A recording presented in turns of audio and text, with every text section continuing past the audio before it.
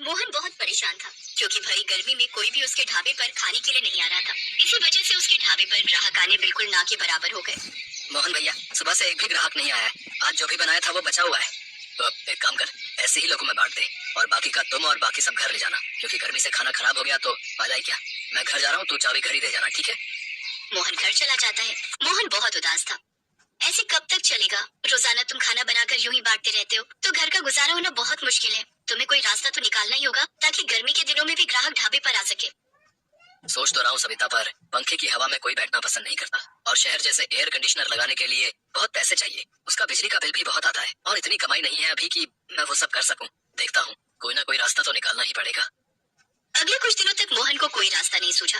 मोहन के ढाबे के सामने सुबोध नाम के व्यक्ति का एक नया एयर कंडीशनर ढाबा खुल गया, पर गांव में इतनी लाइट ही नहीं थी कि सुबोध का एयर कंडीशनर ढाबा चल सके। अरे इतना पैसा लगा है कि एयर कंडीशनर ढाबा खोलूंगा, और देखो गाँव में लाइट ही नहीं होती कि मेरा ढाबा चल सके। मैं तो सब कुछ बेचकर शहर जा रहा हूँ, वहीं होटल खोलूंगा। मैं तो कहता हूँ तू भी शहर आ जा, वहीं मिलकर होटल खोल लेंगे। नहीं सुबोध भाई, बहुत जीवन गुजारा है इस गाँव में। पैदा यहीं हुए हैं, बचपन से यही रहे हैं। हमारे पूर्वजों की धरती है ये गाँव। मैं इसे छोड़कर शहर नहीं जा सकता। मैं यहीं कहीं कोई इंतजाम करता हूँ। सुबोध के ढाबा बेचकर जाने से मोहन थोड़ा और घबरा गया। मोहन भैया, सुबोध भैया ने कितना बढ़िया ढाबा खोला था, पर लाइट की कमी की वजह से उनका ऐसी ढाबा बंद हो गया।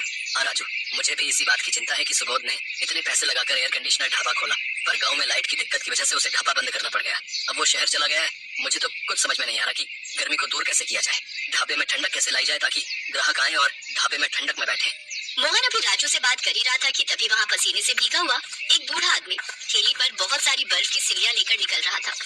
भैया थोड़ा पानी मिलेगा, बहुत प्यास लगी है। हाँ जरूर मिलेगा। राजू, जरा चचा को थोड़ा पानी पिला दे। बर्फ की इतनी भारी सिल्लियां कहाँ लेकर जा रहे हो चचा? वो आइसक्रीम की फैक्ट्री है ना, वहाँ पर बर्फ की जरूरत होती है, वहीं लेकर जा रहा हूँ बेटा। मेरा तो रोजाना का काम है, दुकान से बर्फ लेकर वहाँ आइसक्रीम की फैक्ट्री में पहुँचाने जाता हूँ। थोड़े बहुत पैसे मिल जाते हैं, रोजाना की कमाई निकल आती है। भगवान तुम्हारा भला करे। ठंडा ठंडा पानी पीकर चैन पड़ गया। बूढ़ा आदमी पानी पीकर जैसे ही आगे बढ़ने लगता है, मोहन उसे आवाज लगाता है। चाचा जरा रुकना तो, क्या मैं ये थोड़ी बर्फ की सिल्लियां आपसे खरीद सकता हूँ? हाँ हाँ क्यों नहीं बेटा, ये तुम खरीद लो, मैं आइसक्रीम की फैक्ट्री में और बर्फ दे आऊंगा।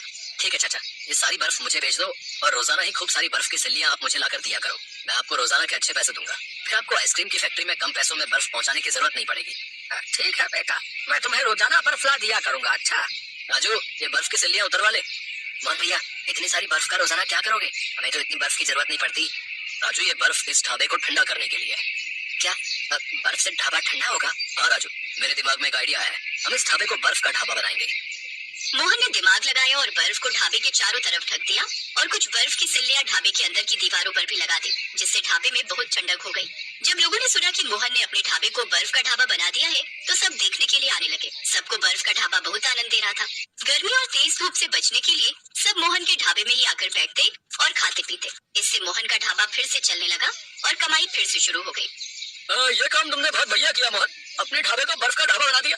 हम सबको इस गर्मी में राहत मिल गई भाई। मेरा तो जब भी ठंडी लस्सी पीने का मन होता है, मैं तुम्हारे ढाबे पर आ जाता हूँ। गर्मी में ठंडा ठंडा बर्फ का ढाबा और साथ में ठंडी ठंडी लस्सी, भाई वाह, बहुत मजा आता है भाई। अरे धूप में बाहर खड़े होकर रोटी खाने का मन ही नहीं करता था, इस ठंडे बर्फ के ढाबे में रोटी खाने में भी बहुत आनंद आता है भैया।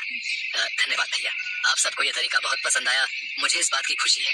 राजू, जा चाचा बर्फ ले आए हैं, बर्फ अंदर और लगा दे ताकि और ठंडक हो जाए। मोहन बेटा, ये मेरा बेटा रघु है, अब से ये भी मेरे साथ तुम्हारे ढाबे पर बर्फ लाया करेगा। अच्छा, क्योंकि तुम कह रहे थे ना कि तुम्हें ज्यादा बर्फ की जरूरत है, इसलिए हमने 2 ठेली बना ली है। अब ये तो बहुत बढ़िया किया चाचा, ये लो आपके आज के पैसे। मोहन की बर्फ के ढाबे की तरकीब कामयाब हो गई। गर्मी से लोगों को राहत मिली, मोहन का काम अच्छा हो गया और साथ ही वो बूढ़ा आदमी जो बर्फ बेचता था, पहले इतनी दूर जाता था पर कोई कमाई नहीं होती थी, पर मोहन के ढाबे पर बर्फ बेचने से उसकी भी अच्छी मदद हो गई।